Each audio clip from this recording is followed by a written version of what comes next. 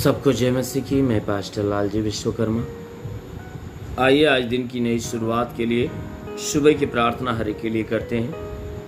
प्रार्थना शुरू करने से पहले मैं वचन के माध्यम से हर एक से बातचीत करना चाहता हूँ। आइए वचन को देखते हैं।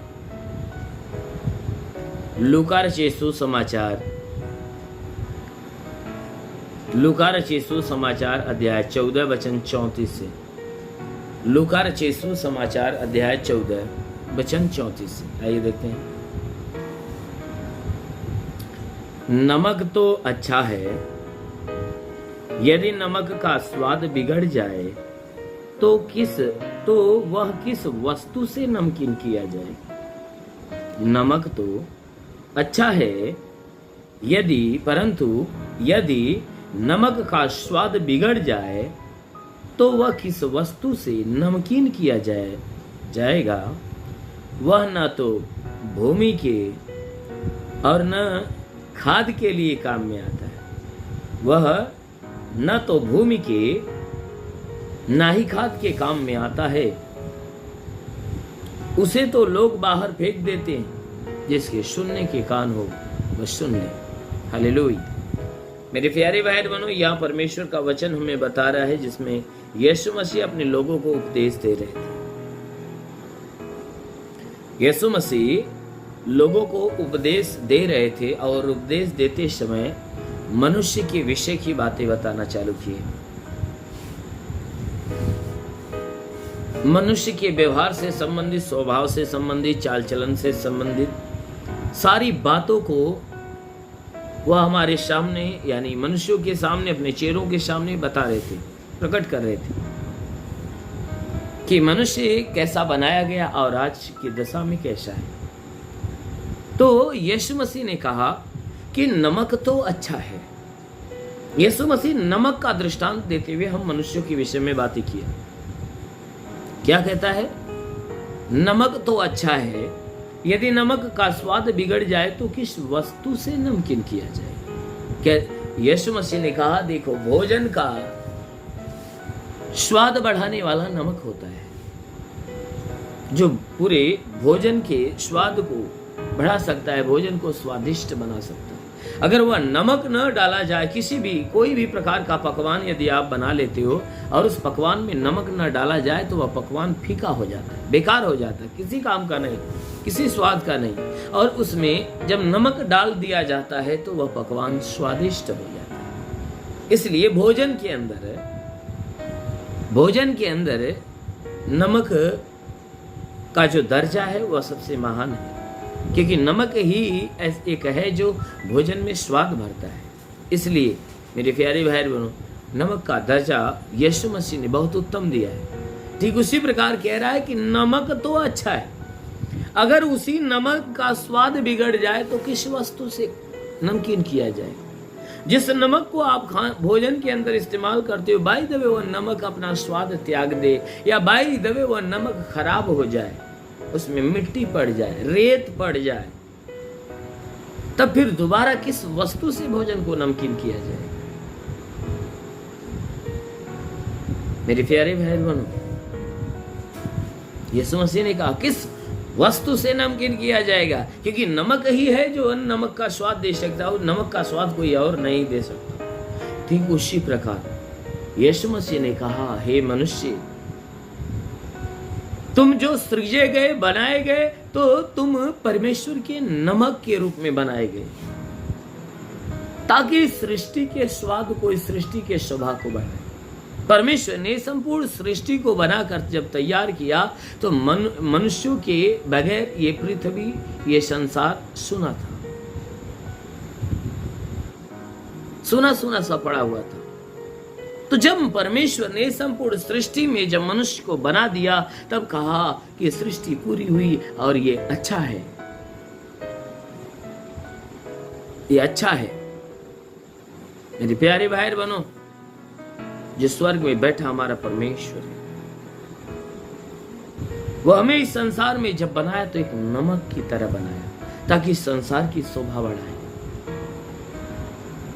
इसीलिए कहता है अगर वह नमक ही बेकार हो जाए तो फिर किस वस्तु से शोभा और स्वाद बढ़ा सकते हो।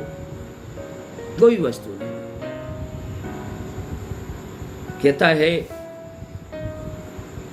कि वह नमक जो खराब हो गया होता है वह किसी काम का नहीं होता, ना ही किसी भूमि पे डालने के योग्य, ना ही किसी खेत में खाद के काम में आ सकता है। कहता है नमक अगर खराब हो जाए तो वह कोई भी व्यक्ति अपने घर के आंगन में या किसी रूम के भीतर जमीन पे उस नमक को फेंक नहीं देता, क्योंकि जब नमक बिगड़ जाता है तो वह जहां भी डाला जाएगा वह बिगाड़ेगा। इसलिए कहता है ना ही वह भूमि पे काम में आता है और ना ही खाद के लिए काम में आता है। कोई व्यक्ति नमक को अपने फसलों में नहीं फेंक सकता, अपने उपज में नहीं फेंक सकता, क्योंकि वह नमक उस उपज को खराब कर देगी। इसीलिए कहता है कि वह नमक जो खराब हो जाता है ना ही वह भूमि के और ना ही खाद के लिए काम आता है। वह किसके काम आता है कि लोग उसे क्या करते हैं, उसे बटोरते हैं और बाहर ले जाकर फेंक देते, गड्ढे में फेंक देते, ऐसे जगहों पे जहां पर सारी चीजें बेकार हो जाती, सड़ जाती। इसीलिए यहाँ वचन में जो लिखा गया है कि अगर मनुष्य का चरित्र, स्वभाव, चाल चलन बिगड़ जाए, मनुष्य की मनुष्यता, मनुष्य के अंदर से परमेश्वर की पवित्रता अगर नष्ट हो जाए तो वह कहाँ का मनुष्य और कहाँ की सृष्टि कहलाएगी। ऐसा व्यक्ति ना ही संसार के अंदर रहने के योग्य होता है और ना ही स्वर्ग में जाने के योग्य होता है, सिर्फ वह उठाकर उस नरक के आग में फेंकने के योग्य होता है। इसीलिए मेरे प्यारे हम यीशु की ओर से, परमेश्वर की ओर से एक नमक है, ताकि सृष्टि की शोभा और स्वाद को बढ़ाने के लिए। इसलिए मेरे प्यारे बहन पूरे विश्वास में होकर उस परमेश्वर की अधीनता में हो बने रहिए, ताकि वह परमेश्वर आपको बिगड़ा हुआ नमक नहीं परंतु आपको स्वाद से भरा हुआ नमक बनाए और आप हर एक व्यक्ति के जीवन में स्वाद को, परमेश्वर के स्वाद को प्रकट करने पाए। आमीन, हालेलुया। इसलिए आइए आंखों को बंद करिए, पूरे विश्वास से करिए। मैं आज सुबह की प्रार्थना आप सभी के लिए करने जा रहा हूँ। जरूर है कि प्रभु आप सबके जीवन में आशीष देगा। धन्यवाद करता हूँ मेरे प्रभु परमेश्वर, सृष्टि के मालिक, धरती पे अन्न उपजाने वाले परमेश्वर, तेरा धन्यवाद महिमा करता है यीशु राजा। तेरे नाम में प्रार्थना करता पिता, अपने पवित्र तेजस्वी सामर्थी बलवंत हाथों को बढ़ाकर हे परमेश्वर, जितने लोग प्रार्थना सुन रहे हर एक के शरीर को स्पर्श कर, ताकि इनके जीवन में जितने दुख तकलीफ बीमारियां बिल्कुल बाहर निकल जाए, दुष्ट आत्मा निकल जाए। हाँ मेरे महान परमेश्वर, प्रार्थना करते पिता, हे परमेश्वर प्रार्थना करते कि जितने लोग इस प्रार्थना को सुन रहे परमेश्वर, इन सबके जीवन से हर प्रकार के दुख तकलीफ बीमारियां दूर होने पाए। जितने बीमार है वह चंगे हो जाए, दुष्ट आत्मा से ग्रसित है छुटकारा पाए, जो कर्ज में कर्जा आधा हो जाए। मेरे महान परमेश्वर प्रार्थना करते हैं जितने लोग प्रार्थना सुन रहे प्रभु, उनके द्वारा कोई पाप गुनाह हुआ तो उसे, उस पाप और गुनाह को प्रभु उनके अंदर से, उनके जीवन से अलग कर। हाँ मेरे प्रभु मैं प्रार्थना करता हूँ हे परमेश्वर, कोई दुष्ट शक्तियों का प्रकोप इनके जीवन में तो बिल्कुल खत्म होने पाए, क्योंकि प्रभु आपने हमें अधिकार दिया। तेरे दिए हुए अधिकार के अनुसार मैं आदेश करता हूँ, जिसके आंखों में बीमारी है आंखों की बीमारी निकल जाए, कान में बीमारी हो कान की बीमारी निकल जाए, नाक में है तो नाक की बीमारी निकल जाए, मुंह में तो मुंह की बीमारी निकल जाए, सीने में तो सीने की बीमारी, गले में तो गले की बीमारी निकल जाए, दर्द पीड़ाएं हो तो बिल्कुल नष्ट होने पाए, जुकाम हो तो जुकाम नष्ट हो जाए, खांसी हो तो खांसी निकल जाए, बुखार नष्ट हो, टाइफाइड, मलेरिया, उल्टी, दस्त की बीमारी, पेट चिताना बंद हो, किसी भी प्रकार के चर्म रोग निकल जाए, खाज खुजलियां नष्ट हो, किसी भी प्रकार के दाग धब्बे सफेद दाग नष्ट हो, पीलिया स्नोफिलिया की बीमारी बिल्कुल बाहर निकल जाए, दुष्ट आत्माएं निकल जाए। हाँ मेरे महान परमेश्वर प्रार्थना करती पिता, जितने हे परमेश्वर, जितने भी लोग हे परमेश्वर कमाने वाले, उनके कमाई के ऊपर आशीष दे।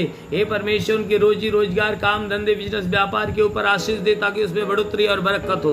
हाँ मेरे महान परमेश्वर हम प्रार्थना करते पिता, हे परमेश्वर हम प्रार्थना करते पिता, जिसके पास रोजगार नहीं रोजगार मिले, नौकरी नहीं नौकरी मिले, जो गरीबी के श्राप में छुटकारा पाए, कर्ज में कर्जा आधा हो जाए। हे परमेश्वर हर एक का जीवन तेरे अनमोल आशीषों से भर जाए, कोई प्रकार का बंधन इनके जीवन में बंधन टूटने पाए, कोई श्राप हो तो श्राप मिटने पाए। हाँ मेरे महान परमेश्वर प्रार्थना करते घर के कोने कोने में तो अपना अनुग्रह होने दे।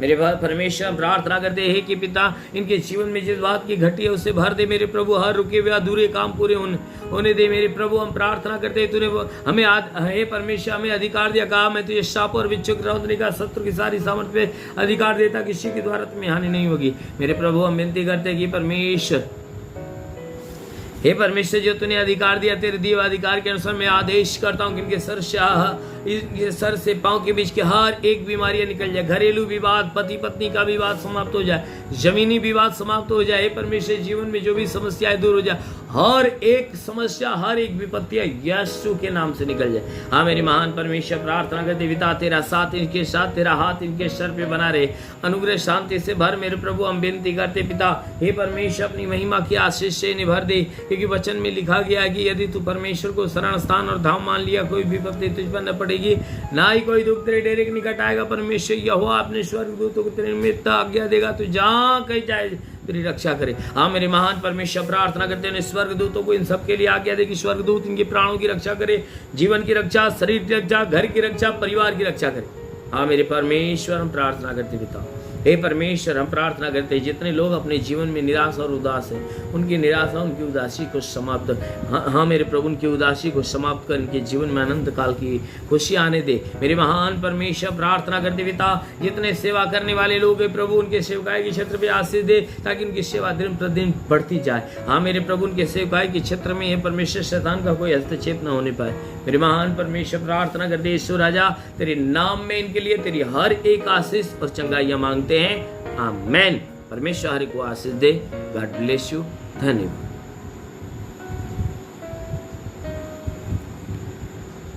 सभी भाई बहनों को प्रभु आशीष दे।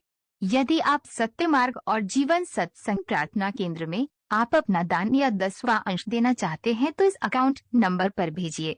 हमारा अकाउंट नाम है लालजी विश्वकर्मा और हमारा अकाउंट नंबर है 43572001089733 और IFC कोड है UBIN 054357 और बैंक का नाम है यूनियन बैंक और ब्रांच है पतरही, जौनपुर, UP या फोन पे या गूगल पे के द्वारा अपना दान या 10वां अंश देना चाहते हैं तो फोन पे नंबर है 8795130321 पर अपनी भेंट देकर प्रभु यीशु से आशीष को ग्रहण कीजिए।